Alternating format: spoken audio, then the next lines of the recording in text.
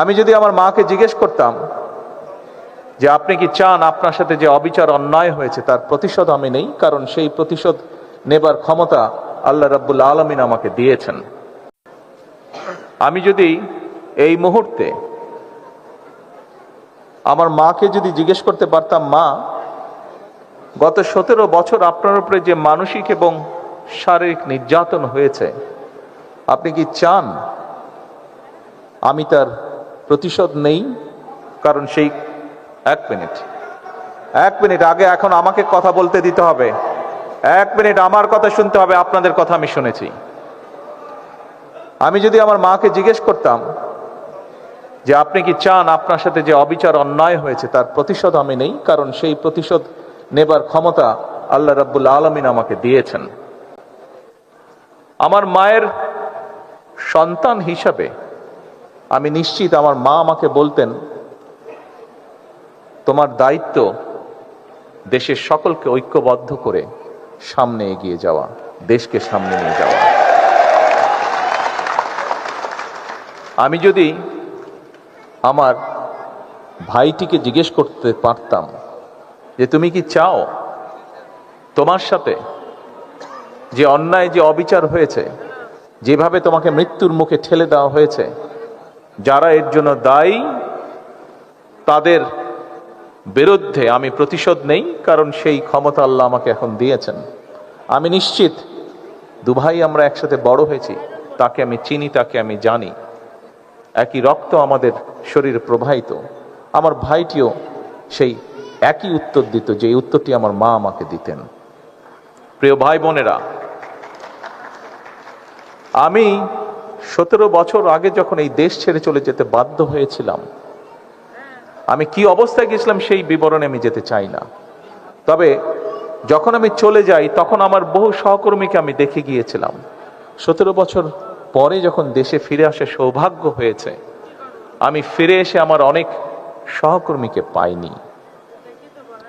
আমি জুলাই আন্দোলনের আগেও আমার বহু সহকর্মীকে দেখেছিলাম,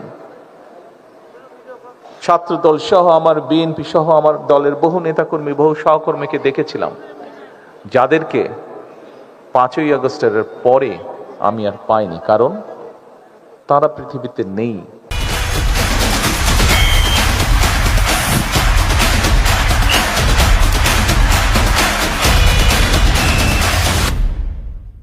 তারা পৃথিবী চলে গিয়েছেন। আমি 17 বছর আগে যখন এই দেশ ছেড়ে চলে গিয়েছিলাম বাধ্য হয়ে, তখন আমার বহু সহকর্মীকে দেখে গিয়েছিলাম, সুস্থ সবল এক তরুণ যুবক। 17 বছর পরে যখন ফিরে এসেছি, তাকে আমি দেখেছি তার কোনো অঙ্গহানি হয়েছে, শারীরিকভাবে ক্ষতিগ্রস্ত হয়েছে।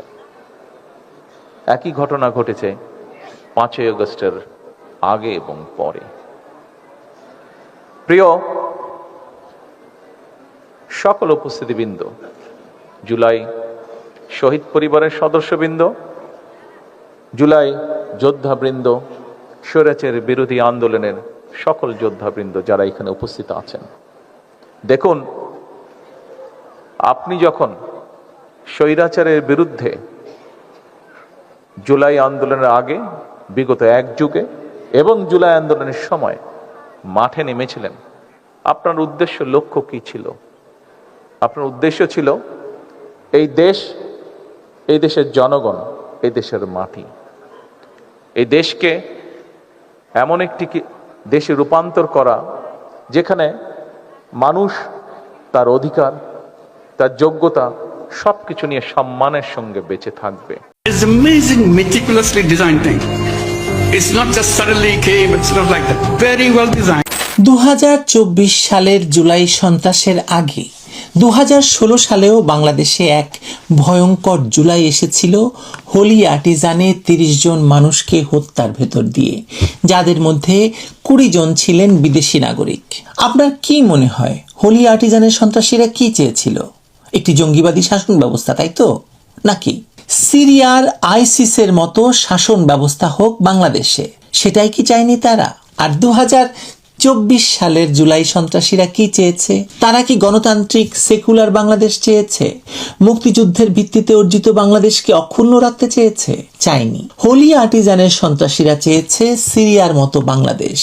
আর তুমি কে, আমি কে, রাজাকার রাজাকার স্লোগান দিয়ে শুরু করে 2024-এর সন্ত্রাসীরা শেষ পর্যন্ত বাংলাদেশকে একটি জঙ্গি রাষ্ট্র হিসাবে প্রতিষ্ঠা করেই ফেলেছিল প্রায়। মাঝখানে তারেক রহমানের বর্ধিত ইউনূস সরকার বসিয়ে বিদেশিরা একটি পুরোপুরি জঙ্গি রাষ্ট্র হওয়া থেকে বাংলাদেশকে থামিয়েছে বটে, কিন্তু তাতে শেষ রক্ষা হবে বলে মনে হয় না। 1971 সালে যারা পাকিস্তানি সেনাবাহিনীর দ্বারা সংগঠিত ভয়ঙ্কর সন্ত্রাসের দোসর, 2024-এ তারাই জুলাই যোদ্ধা, তারাই প্রথম আলো, ডেইলি স্টার, ছায়ানট, উদিচি পোড়ানো জুলাই সন্ত্রাসী, আর তারাই 2016-তে হোলি আর্টিজানের নিবরাস, রোহান, হাসনাত। আসুন 2016-র সঙ্গে 2024-এর জুলাইকে মিলিয়ে পাঠ করা যাক, মেলানো যাক 1971 সালের জুলাইকেও। কতটুকু মিল আর কতটুকু বেমিল এই 3 জুলাইয়ের মধ্যে। শুধু ভুলবেন না যে 2024-এর জুলাইয়ে কিন্তু সন্ত্রাসীরা ক্ষমতা পেয়েই 2016 সালের সন্ত্রাসীদের মুক্তি করে দেয়। 1971 সালে যুদ্ধাপরাধের দায়ে মৃত্যুদণ্ডপ্রাপ্ত আসামিকে বানায় সংসদ সদস্য। কেন, কারা, কাদেরকে মুক্ত করলো, কিভাবে মুক্ত করলো, তার সুলুক পেলেই 2016 আর 2024-এর জুলাইয়ের মিলগুলো সঙ্গে 1971 সালের জুলাইয়ের মিলও আপনার সামনে স্পষ্ট হতে একদম সময় নেবে না।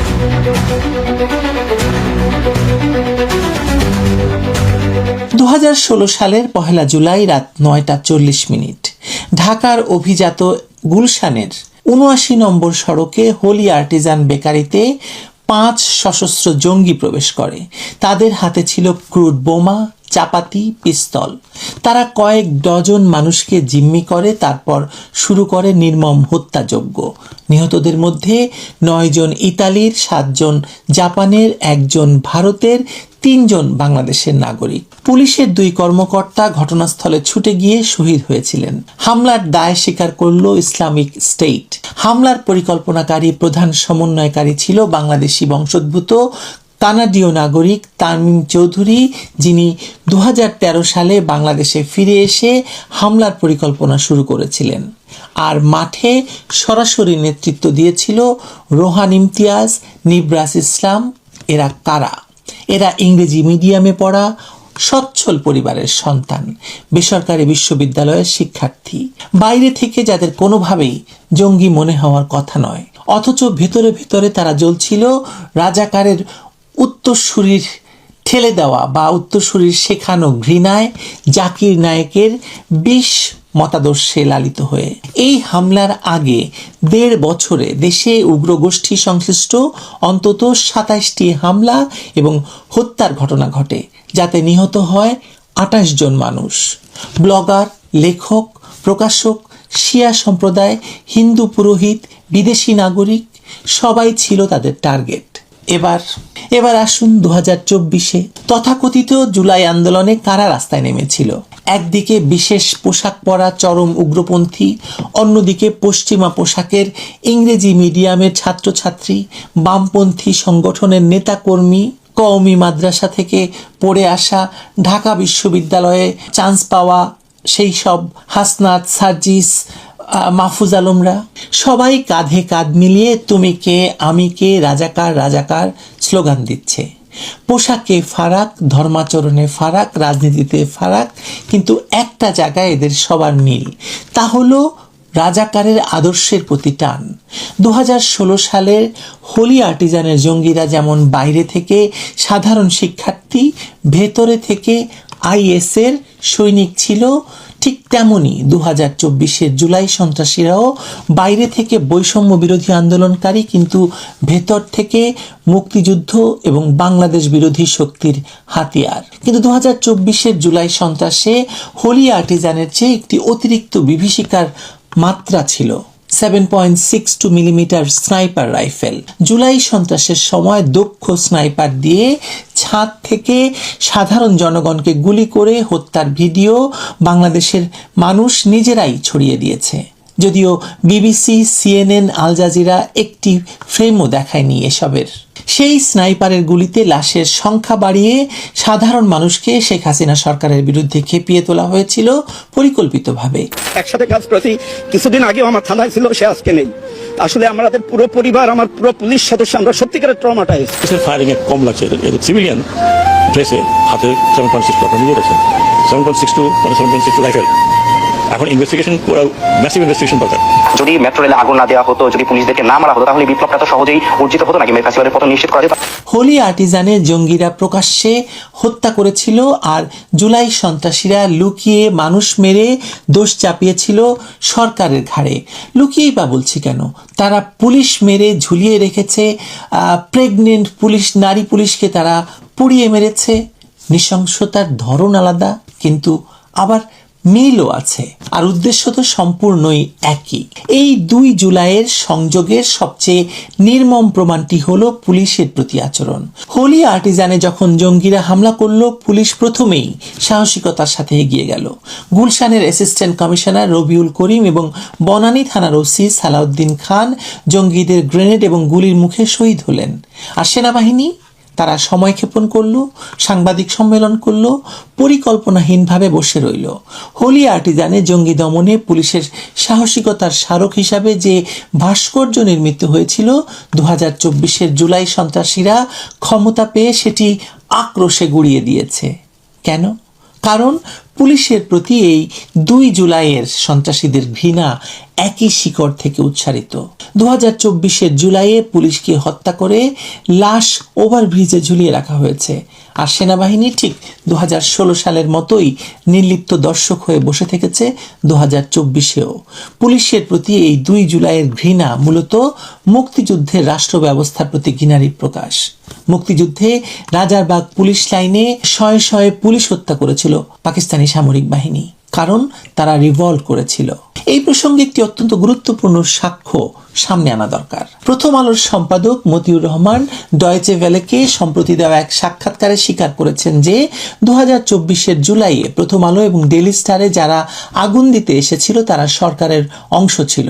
কারওয়ান বাজারে আপনাদের যে প্রথম আলো ভবনে সেখানে হামলা হলো এবং সেখানে ভাঙচুর, আগুন লাগানো হলো এবং স্বাধীন সংবাদ মাধ্যম এবং সাংবাদিকতার উপর আক্রমণ হিসেবে বর্ণনা করা হয়েছে। আপনি নিজেও বলেছেন, আপনি তখন কি করছিলেন? এমন কোনো লোক ছিলেন না সরকারে যাদের সাথে আমরা যোগাযোগ করি না। আমরা আজকে পরিষ্কার বলতে পারি, একটি উগ্রবাদী গোষ্ঠীর গ্রুপ এর পেছনে কাজ করেছে।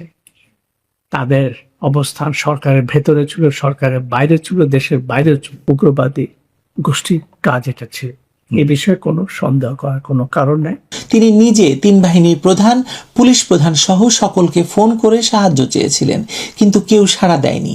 মতিউর রহমান ভাসুরের নাম মুখে না নিলেও তার কথায় একটি ভয়াবহ সত্য বেরিয়ে পড়েছে, আর সেটি হলো 2016 সালে হোলি আর্টিজানে যে জঙ্গিরা হামলা করেছিল, সেই হামলায় নিহতদের একজন ছিলেন প্রথম আলোর মালিকের নাতি ফারাজ হোসেন। আর 2024-এ এসে সেই একই মতাদর্শের উত্তরসূরি জঙ্গিরাই প্রথম আলো, ডেইলি স্টার, ছায়ানট, উদীচি পুড়িয়ে দিল। যে পত্রিকা জুলাই সন্ত্রাসকে গণ অভ্যুত্থান বলে মহিমান্বিত করতে অক্লান্ত পরিশ্রম করেছে, সেই পত্রিকাতেই আগুন দিয়েছে তারা। এটাই জঙ্গিবাদের চিরন্তন নিয়ম, সে কাউকে ক্ষমা করে না, সহযোগী কেউ নয়। ফান্দে পড়িয়া বগা কান্দেরে। মতিউর রহমানের আফসোসের মর্মার্থ এটুকুই। এই একটি ঘটনাই প্রমাণ করে যে হোলি আর্টিজানের সন্ত্রাস আর জুলাই সন্ত্রাসের মধ্যে কোনো মৌলিক পার্থক্য নেই। উদ্দেশ্য এক, চরিত্র এক, নৃশংসতার ধরনও এক। এবার 3টি জুলাইকে পাশাপাশি রাখুন, 1971, 2016 এবং 2024। 1971 সালের জুলাই মাসে পাকিস্তানি সেনাবাহিনী এবং তাদের এদেশীয় দোসর রাজাকার আলবদর আল শামস মিলে বাংলাদেশের স্বাধীনতাকে, বাংলাদেশের সার্বভৌমত্বকে, সেকুলার, উদার, অসাম্প্রদায়িক বাংলাদেশকে গলা টিপে মেরে ফেলতে চেয়েছিল। 2016 সালের জুলাইয়ে হোলি আর্টিজানের জঙ্গিরা কূটনৈতিক এলাকায় হামলা করে বিদেশি নাগরিকদের হত্যা করে, বাংলাদেশের ভাবমূর্তি আন্তর্জাতিক অঙ্গনে ধুলোয় মিশিয়ে দিয়ে প্রমাণ করতে চেয়েছিল যে এই রাষ্ট্র একটি ব্যর্থ রাষ্ট্র, এখানে গণতন্ত্র থাকবে না, সেকুলারিজম থাকবে না, এখানে জঙ্গিবাদ থাকবে। আর 2024 জুলাইয়ে মোল্লা মিলিটারি ডিপ স্টেটের মেটিকুলাস ডিজাইনে পরিচালিত জুলাই সন্ত্রাসীরা সেই একই লক্ষ্যে পরিচালিত হয়েছে, বাংলাদেশের স্বাধীনতার বিরুদ্ধে, বাংলাদেশের সার্বভৌমত্বের বিরুদ্ধে, সেকুলার উদার বাংলাদেশের বিরুদ্ধে, উন্নয়নের বাংলাদেশের বিরুদ্ধে, অসাম্প্রদায়িক বহুত্ববাদী বাংলাদেশের বিরুদ্ধে, আওয়ামী লীগের বিরুদ্ধে, মুক্তিযোদ্ধাদের বিরুদ্ধে এবং সর্বোপরি একটি গণতান্ত্রিক বাংলাদেশের বিরুদ্ধে। ভাই মুক্তিযুদ্ধের চেতনা কোট আনকোট এইটার বিরুদ্ধেই তো জুলাই হয়েছে। 71 সালের 16 ডিসেম্বর তুমি আমার স্বাধীনতা ফিরাই নিয়েছো, আমি সেই স্বাধীনতা ফিরাই নিয়ে আসছি এই জুলাই মাসে। পাকিস্তানের সাথে ইন্ডিয়া যুদ্ধ করেছে এবং ইন্ডিয়ার বিজয় হয়েছে, তার মানে তৎকালীন সময়ে যারা পাকিস্তানের পক্ষে ছিল, তো তার মানে তাদের অবস্থানটা তাহলে সঠিক ছিল। 16 ডিসেম্বরকে বিজয় দিবস মানি না, আমি নতুন দিবসের খোঁজ অলরেডি আত্মর্কটা তুলছি, এটা আলাপ করতে হবে রাষ্ট্রকে। যে ব্যক্তিটা সিসি নুরুল হুদার গলায় জুতার মালা পরিয়েছে তাকে ফুলের তোড়া দেওয়া উচিত ছিল সরকারের। 3 জুলাই 3টি আক্রমণ, একটি টার্গেট, মুক্তিযুদ্ধের বাংলাদেশ এবং এই মুক্তিযুদ্ধের বাংলাদেশ সৃষ্টিকারী বাংলাদেশ আওয়ামী লীগ, বঙ্গবন্ধু শেখ হাসিনা। এই মেটিকুলাস ডিজাইনটা বুঝতে হলে একটু পেছনে যেতে হবে। 1975 সালের পর থেকে জিয়াউর রহমান জামায়াত ইসলামীকে রাজনৈতিকভাবে বৈধতা দিলেন। তারপর থেকেই বাংলাদেশকে ধীরে ধীরে পাকিস্তানি মডেলে মোল্লা মিলিটারি জোটের দিকে টেনে নেওয়ার প্রকল্প শুরু হলো। 2013 সালে শাহবাগে গণজাগরণ মঞ্চ সৃষ্টি হওয়ার পর মুক্তিযুদ্ধ বিরোধীরা একাট্টা হওয়ার সুযোগ পেয়েছে। 2018 সালের কোটা সংস্কার আন্দোলনে তারা পুরোপুরি একজোট হয়েছে। তারপর ধাপে ধাপে মার্কিন এজেন্সি, ইউরোপীয় ইউনিয়ন, ডলার পোষিত এনজিও, জোনায়েদ সাকির ভারত বিদ্বেষী গণসংহতি আন্দোলন, শহীদুল আলমের আন্তর্জাতিক নেটওয়ার্ক সব এক সূত্রে গাঁথা হয়েছে। হেফাজতকে রাস্তায় নামানো হলো ভারত বিদ্বেষের মহড়া দিতে, আর মিডিয়ায় প্রথম আলো, ডেইলি স্টার, আমার দেশ, আপাত বিরোধী এই সংবাদ মাধ্যমগুলো একই সুরে সংবাদ পরিবেশন শুরু করলো। BBC, CNN, Al Jazeera, Reuters সব একই বয়ান ছড়িয়ে দিল। ফেসবুক, ইউটিউব ছেয়ে গেল স্পন্সর্ড গুজবে। পরে সেই প্রমাণগুলো মুছে দেওয়া হয়েছে। জামায়াতের নারী সদস্য এবং বামপন্থী প্রগতিশীল ছাত্র সংগঠনগুলোর সদস্যরা একমত হয়েছিল যে তারা নারী কোটা চায় না। গার্মেন্টস কর্মীদের সাথে কাজ করে এমন মার্কিন ডলার পাওয়া বহু এনজিও খোলামেলা মিথ্যা কথা বলে মানুষকে উদ্বুদ্ধ করেছে। শিক্ষক নেটওয়ার্ক নামে রাতারাতি একটি সংগঠন, তারা এই জঙ্গিদেরকে উস্কে দিয়েছে, মাঠে নামিয়েছে। এই মেটিকুলাস ডিজাইনের মর্ম কথাটা সহজ, ঘৃণার ট্রেনিং দাও, সবাইকে এক ছাতার নিচে আনো, তারপর গণভবন দখল করো। ঠিক যেভাবে হোলি আর্টিজানে হামলা করা হয়েছিল, পার্থক্যটা শুধু স্কেলে। 2016 সালে তারা একটি রেস্তোরাঁ দখল করেছিল, 2024 তারা একটি গোটা রাষ্ট্র দখল করেছে। অবৈধ ইউনূস সরকার ক্ষমতায় বসেই হোলি আর্টিজানের সাজাপ্রাপ্ত জঙ্গিদের বিশেষ সম্মানের সাথে কারাগার থেকে মুক্ত করে দিয়েছে, জুলাই সন্ত্রাসীদের ইন্ডেমনিটি দিয়েছে, জামায়াত ইসলামীর নিবন্ধন পুনর্বহাল করেছে। ভাবুন একবার, একই সরকার একই সময়ে 2016 জঙ্গি আর 2024 জঙ্গি, দুই দলকেই ইন্ডেমনিটি দিয়েছে, মুক্ত করে দিয়েছে এবং রাষ্ট্র পরিচালনার দায়িত্ব দিয়েছে। এটা কি কাকতালীয়? না, এটা একই মেটিকুলাস ডিজাইনের দুটি অধ্যায়। শেখ হাসিনার আমলে হোলি আর্টিজানের পর 3 বছরে 80 জনেরও বেশি জঙ্গি নিহত, 300-রও বেশি গ্রেপ্তার হয়েছিল।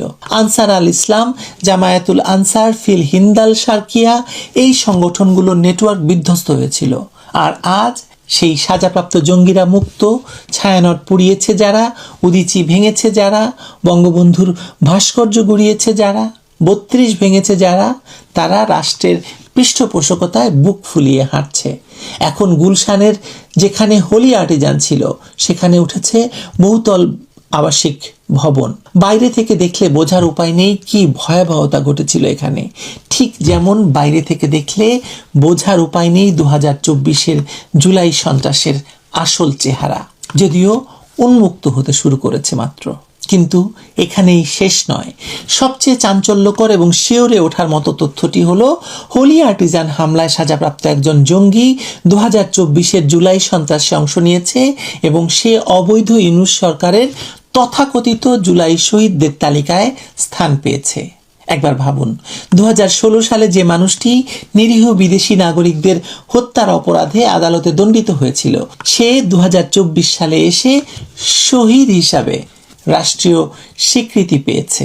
এর চেয়ে বড় প্রমাণ আর কি লাগে যে 2 জুলাইয়ের সন্ত্রাসীরা আলাদা নয়, তারা একই দলের, একই মতাদর্শের, একই উদ্দেশ্যের সৈনিক। হোলি আর্টিজানের জঙ্গি আর জুলাই সন্ত্রাসীদের মধ্যে পার্থক্য করতে না পারাটা অবৈধ ইউনূস সরকারের অক্ষমতা নয়, এটা তাদের সচেতন রাজনৈতিক সিদ্ধান্ত। জঙ্গিবাদ কাউকে ক্ষমা করে না। ঢাকা বিশ্ববিদ্যালয়ের যে ছাত্রীরা তুমি কে আমি কে রাজাকার রাজাকার স্লোগান দিয়েছিল, আজ কি তারা বিশ্ববিদ্যালয় ক্যাম্পাসে নিরাপদ? নারীরা সারা বাংলাদেশে অনিরাপদ। এত ধর্ষণ, এত শিশু মৃত্যু, নদীতে লাশ ভাসা, এই বাংলাদেশ কি 71-এর নৃশংসতা মনে করিয়ে দিচ্ছে না? 1971-এর জুলাইয়ে পাকিস্তানি বাহিনী এবং রাজাকাররা একই কাজ করেছিল। 2016-র জুলাইয়ে হোলি আর্টিজানে তাদেরই উত্তরসূরিরা একই কাজ করেছিল। 2024-এর জুলাইয়ে তারাই নতুন মোড়কে একই কাজ করেছে। 3টি জুলাই, একটি ধারাবাহিক ইতিহাস। বাংলাদেশের মুক্তিযুদ্ধের বিরুদ্ধে, স্বাধীনতার বিরুদ্ধে, গণতন্ত্রের বিরুদ্ধে, মানবতার বিরুদ্ধে অবিরাম চলা যুদ্ধ। আর মাঝখান দিয়ে নেচে গিয়ে জন্মদিন পালন করেন বিদেশি দালাল অবৈধ ইউনূস। তার ব্যবসাও সমান তালে চলছে। হোলি আর্টিজান থেকে গণভবন একই সুতোয় বোনা এক ভয়ঙ্কর কাহিনী। 2 জুলাইয়ের চরিত্র এক, পেছনের ছায়াগুলোও এক। আর 1971 সাল থেকে শুরু হওয়া সেই ছায়া থেকে বাংলাদেশকে মুক্ত করার লড়াই এখনো শেষ হয়নি, শেষ হবেও না। মজার ব্যাপার হলো, এবারও এই 3 জুলাইয়ের সন্ত্রাসীদের প্রতিপক্ষ আওয়ামী লীগ। 1971-এও তারা ছিল প্রতিপক্ষ। 1971-এ আওয়ামী লীগ বিজয়ী হয়েছিল এদের পরাজিত করে। 2016 সালে পরাজিত করে আওয়ামী লীগ টিকেছিল। এবার আবার আওয়ামী লীগের সামনে তাদের প্রতিহত করার, প্রতিরোধ করার এবং সমূলে নিশ্চিহ্ন করার সুযোগ এসেছে। আওয়ামী লীগ সে সুযোগ, সে নেতৃত্ব দেবে কিনা সেটা আওয়ামী লীগ সিদ্ধান্ত নিয়েছে এবং বাংলাদেশের মানুষ আওয়ামী লীগের সঙ্গে আছে, সেটাও বোঝা যাচ্ছে। এবার হয়তো আর ক্ষমা করবে না।